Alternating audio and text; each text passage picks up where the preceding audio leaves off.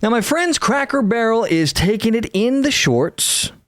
They have lost 7.2% of their value, almost $100 million lost in stock value after their rebranding.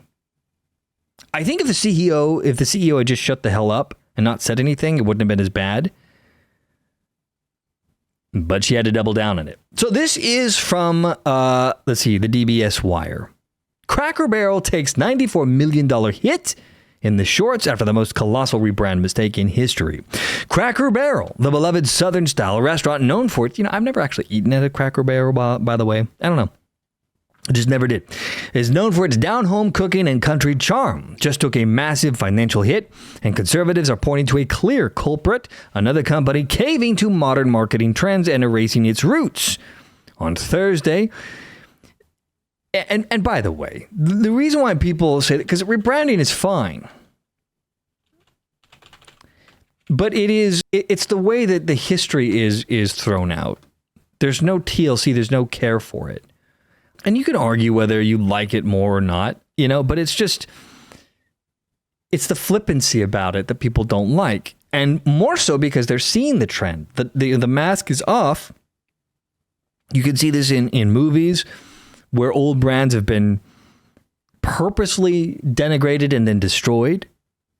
Like, say, the Star Wars franchise with the Disney Wars. They destroy the past to rebuild it into something new. And so people are much more sensitive to this, I guess is the word I'm looking for.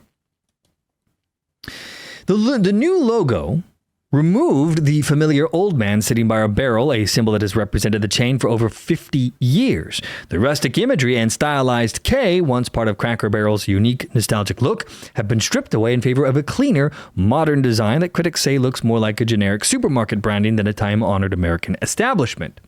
The rebrand comes courtesy of a trio of public relations firms, The Prophet, The Viral Nation, and Blue Engine. Their mission was to craft a message that they claim will revitalize the brand and help it appeal to a broader demographic, including younger and more urban diners.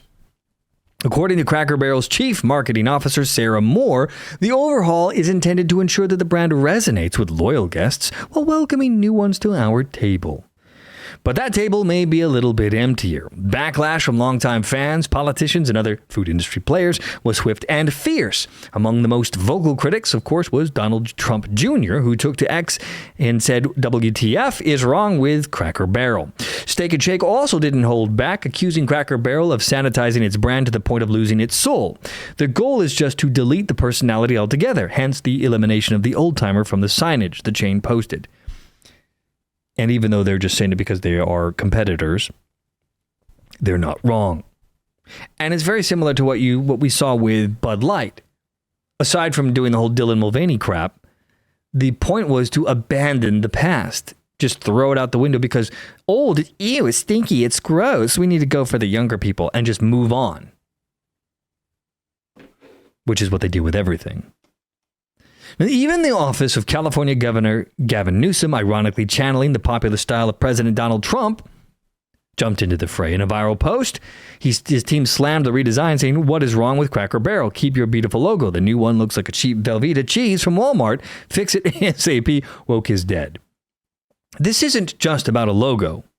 It's about tradition. Cracker Barrel, founded in 1969, has long been seen as a symbol of Americana, a place where families gather over biscuits and gravy, where the decor celebrates rural roots, and where authenticity has always been part of the experience. But, as many see it, the brand is now jeopardizing that legacy in favor of hollow corporate trend chasing.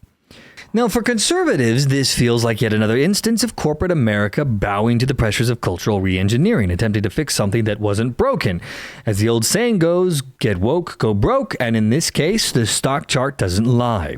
Though Cracker Barrel saw a slight recovery on Friday, with shares ticking up to $1.40, 55% growth, the broader sentiment hasn't yet shifted, and customers are feeling alienated, investors rattled, and critics are wondering if the company can afford to keep turning its back on the identity that made it successful in the first place.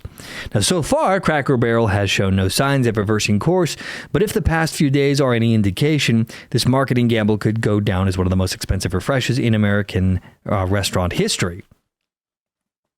But yeah, I think it's a little bit overblown with the complaints about it, but I think it's the flippancy that they put out there about, oh, everyone just loves this. It's fine. Rather than being humble about it, saying, look, we get it. Some people may not like this, but we're trying something different. They still would have gotten a backlash, but it wouldn't have been a flipping people in the eye, I guess.